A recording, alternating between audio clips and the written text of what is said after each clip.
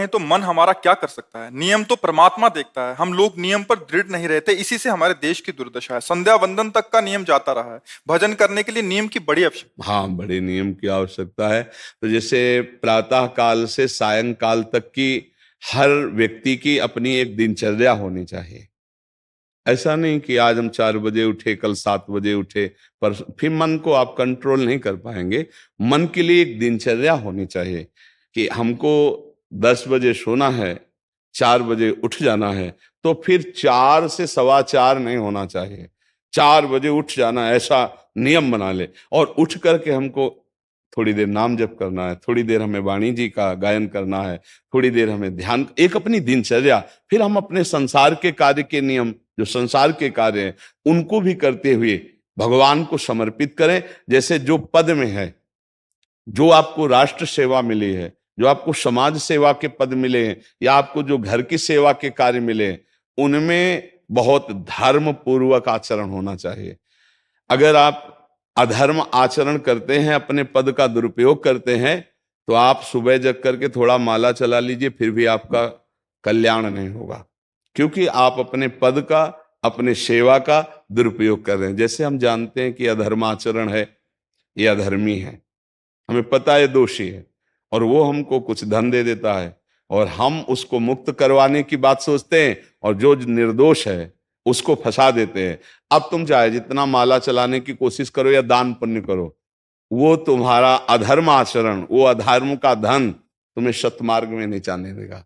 नियम लेना चाहिए कि जिस पद में है, जिस धर्म में है, जिस कर्तव्य में है, चाहे कुछ भी हो जाए, हम अपने कर्तव्य से विमुख नहीं होंगे।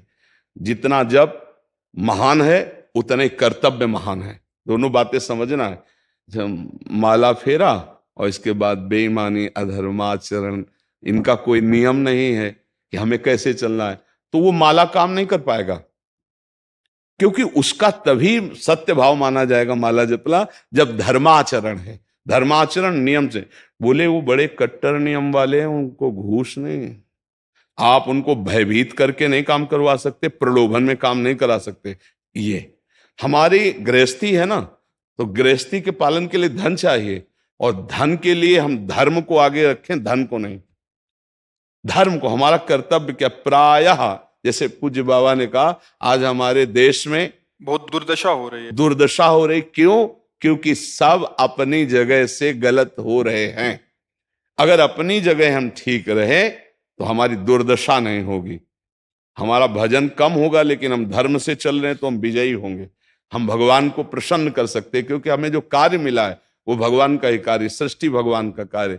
जैसे नए बच्चे कुछ वकालत पढ़ रहे थे, तो यहाँ आके प्रश्न किया था कि हम जानते हैं कि वो दोषी नहीं है, हम जानते हैं कि वो दोषी है, पर दोषी हमें पैसा दे रहा है, तो हम वकालत पढ़ी इसीलिए, हम उसको जिताएंगे, तो क्या कोई पाप है? तो उनका खुला पाप है।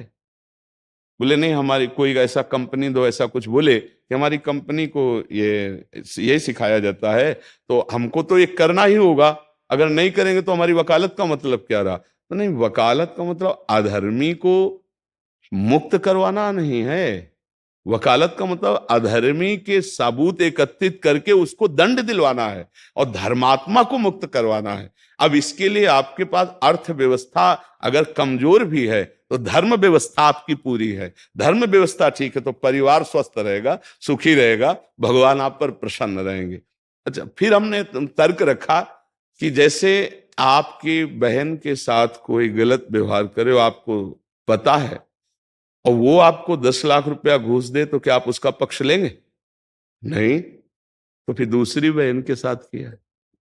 अब यहां विचार करना है ना, अपने भाई का अगर कत्ल किए हो, मुझे पता हो कि ये दोषी है, तो क्या हम पैसे से उसको मुक्त करने देंगे? लगेगा कि जान की बाजी लगा देंगे, और तुम्हें हम, ऐसे ही एक गरीब आदमी की किसी ने हत्या की है, तो आपका पक्ष बनता है। पर यह ज्ञान कहां मिलेगा? बिना अध्यात्म के ये ज्ञान तो मिलेगा नहीं। ज्ञान तो इस बात का मिला कि कैसे पैसा कमाया जाए। अच्छा, वो पैसा यदि अधर्म से आया है तो आपकी दुर्दशा कर देगा, आपकी बुद्धि भ्रष्ट कर देगा। तो जो बाबा कह रहे हैं कि आज हमारे समाज की बड़ी दुर्दशा हो रही, उसका कारण यही है कि हमें अध्यात्म का ज्ञान नहीं, हमें धर्म का ज्ञान नहीं, और बड़ी बड़ी गलतियां हो जाती है। बिल्कुल पता है आदमी निर्दोष है और हम धन के प्रभाव से उसको दंड दे देते हैं। वो दंडा भगवान जब आपको पलट कर देंगे तो आप सह नहीं पाओगे, उसका परिणाम बहुत बुरा होता है। तो इसलिए समाज को चाहिए अपने अपने कर्तव्य का पालन करते हुए एक नियमावली बना ले। जैसे कुछ दुकानों का नियम होता है कि वहां फिक्स रेट होता है, नहीं होता? वहां ये नहीं चलेगा कि कसम से कहते हैं कि तुम्हें हम अपना जान करके कि 100 रुपया मीटर ये मिला है, हम बिल्कुल मुनाफा नहीं ले रहे। नहीं, झूठ क्यों बोल रहे हो? दुकान खोले हो मुनाफा के लिए, झूठ क्यों बोल रहे हो? नहीं लेंगे मुनाफा, हम जितने का लाए हैं उससे मुनाफा लेंगे, पर 120 रुपया मीटर देंगे, कपड़ा बढ़िया है, नाप फिट है, इससे नीचे नहीं उतरेंगे, हमें सफाई देने की जरूरत नहीं है कि हम कसम खाते हैं या ऐसा। जानते हो ये बिजली है, दुकान है, नौकर लगे हैं, तो इसका मुनाफा लेने के लिए दुकान खोलें, कोई दान करने के लिए तो नहीं। तो सबको पता है मुनाफा लेगा, लेकिन एक फिक्स दाम, उसे 10-20 रुपया का मुनाफा लेकर के हम उसको बेच रहे हैं। लेकिन झूठ क्यों बोले? बोले झूठ के बिना धंधा नहीं चलता। नहीं, ऐसा नहीं है। अब असत्य बोलोगे तो उससे जो आपको मुनाफा मिलेगा वो आपकी बुद्धि भ्रष्ट करेगा, और सत्य है कि मुनाफा के लिए है वही चीज, और आप एक फिक्स रेट में दे रहे, बढ़िया है। अब अगर आप कोई मिलावट करके भोजन सामग्री दे रहे, आपको पता है, तो जो खाने वाले के हृदय में बैठे हुए भगवान है वो तुम्हारे जीवन में मिलावट कर देंगे, तुम्हारा जीवन महान दुखमय हो जाएगा। ये कहां समझा जाता है? एक आदमी सिंथेटिक दूध बना रहा है, उससे कहो ये अपने बच्चे को पिला, नहीं पिलाएगा। फिर ये दूसरे का बच्चा जब पिएगा तो उसकी हालत क्या होगी? दूसरे शरीर में जाएगा तो हालत क्या होगी? वो केवल धन की बुद्धि रख रहा है। एक आदमी घी में केमिकल मिला रहा है, एक ऐसे अभक्ष पदार्थ मिला है, वो स्वयं नहीं खाएगा, लेकिन वो होटलों में भेजा जाएगा, हजारों लाखों लोग खाएंगे, बीमारी बढ़ेगी, उसको रुपया से मतलब है। ये चीज, ये दुर्दशा हर जगह धर्म का ज्ञान न होने के कारण फैल रही, नहीं फैल रही। एक मरीज बीमार है, असली दवाओं में पैसे ज्यादा है, नकली दवा लेकर के असली के दाम में बेच देना, उसको बिल्कुल फायदा ना होना। लेकिन परमात्मा देख रहा है, तुम जानते हो नकली दवा है, वो तो नहीं जानता बेचारा, ज्यादा पढ़े लिखे नहीं, किसान आदमी गांव का आया है, तुमने दे दिया और उसने पैसा दिया असली के। अब वो पैसा तुम्हारी बुद्धि भ्रष्ट करेगा, तुम्हारे परिवार में कलह पैदा करेगा और तुम्हारा पतन कर देगा। ऐसे हर डिपार्टमेंट में, हर विषय में यदि हम अपने धर्म से चले, अपने सत्य से चले और थोड़ा भी भजन होगा, वो आपको उत्तम गति प्रदान करेगा। पर ऐसा कहां समझ में आ रहा? अध्यात्म के बिना भला ऐसा समझ में आएगा? तो इसीलिए कह रहे हैं हमारे देश की दुर्दशा हो रही। पूर्वजों में पहले ये था कि हमारा धर्म नहीं जाना चाहिए चाहे प्राण चले जाएं, हमारा चरित्र नहीं जाना चाहिए चाहे सर्वस्व नष्ट हो जाए।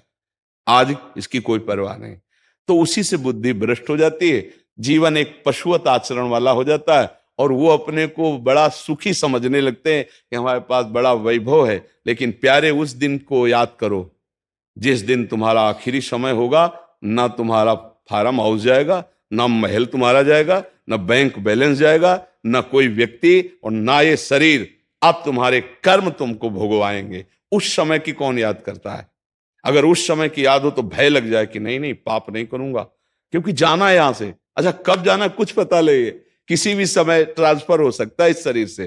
तो हमें लगता है कि महापुरुषों के जो वचन है कि हमें एक नियम से जीवन जीना चाहिए, धर्म पूर्वक जीवन जीना चाहिए, अपने कर्तव्य का पालन करना चाहिए। जो हमारे लिए कर्तव्य, आज प्रायः धन प्रधान बुद्धि होने के कारण कर्तव्य स्वाहा हो रहा है।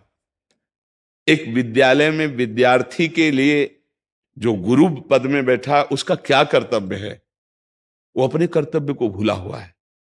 भला छोटे छोटे विद्यार्थियों को, जिनकी नींव पूरे राष्ट्र सेवा में, समाज सेवा में ये बन सकते हैं, अगर उनको हम सही शिक्षा नहीं दी तो उनका पूरा जीवन बर्बाद हो जाएगा।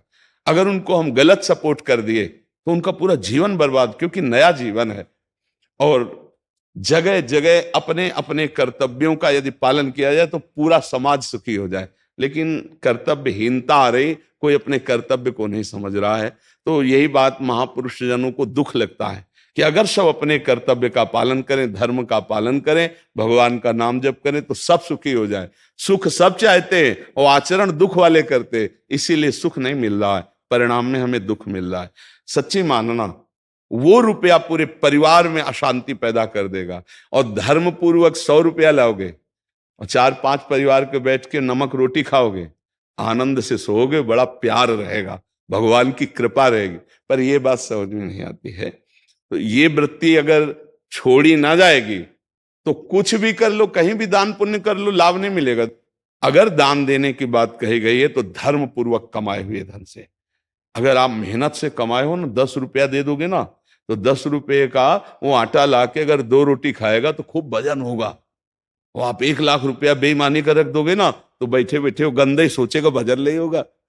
उसका गंदा सोचना और आपका गंदा करना दोनों मिल करके, उसके कारण भी तो आप बने ना, तो आपका ही पतन हो जाएगा। उसको तो भगवान बचा लेंगे क्योंकि भगवान की शरण में है। तो मुझे लगता है अधर्म के धन से कभी किसी को लाभ नहीं मिलता। तो अपने कर्तव्य का पालन करते हुए यदि नाम जप किया जाए तो बहुत जल्दी हमको लाभ प्राप्त हो जाए। बहुत सुंदर मतलब ये चर्चा होती है, अगर आप लोग इसको धारण कर लें तो निहाल हो जाएंगे। सच्ची कह रहे, ये जो बातें हैं ये बहुत सुंदर जीवन को पुष्ट करने वाली हैं, पर आप धारण कर लें तो बात है।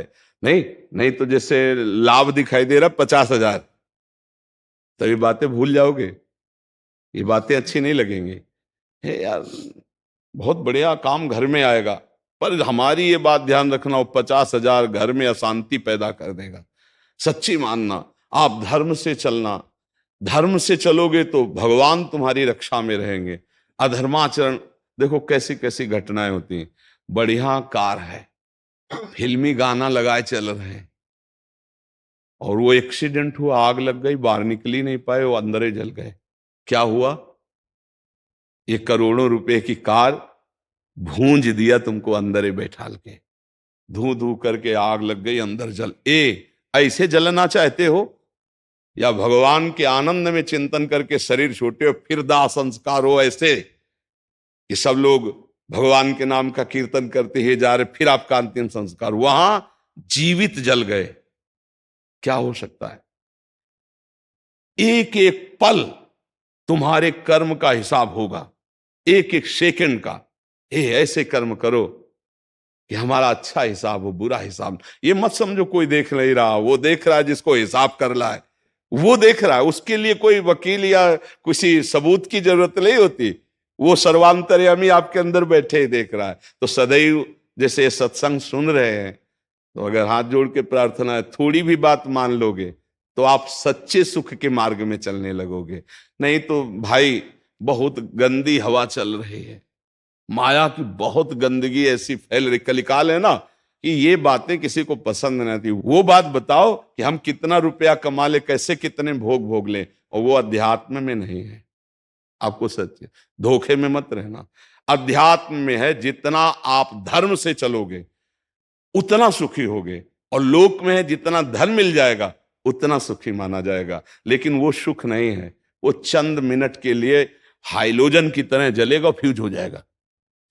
और धर्मात्मा दीपक की तरह जलेगा, पर बहुत काल तक चलता रहेगा। इन बातों का चिंतन कीजिए, खूब नाम जप कीजिए और भगवान के भरोसे रहिए, गंदे आचरण मत कीजिए।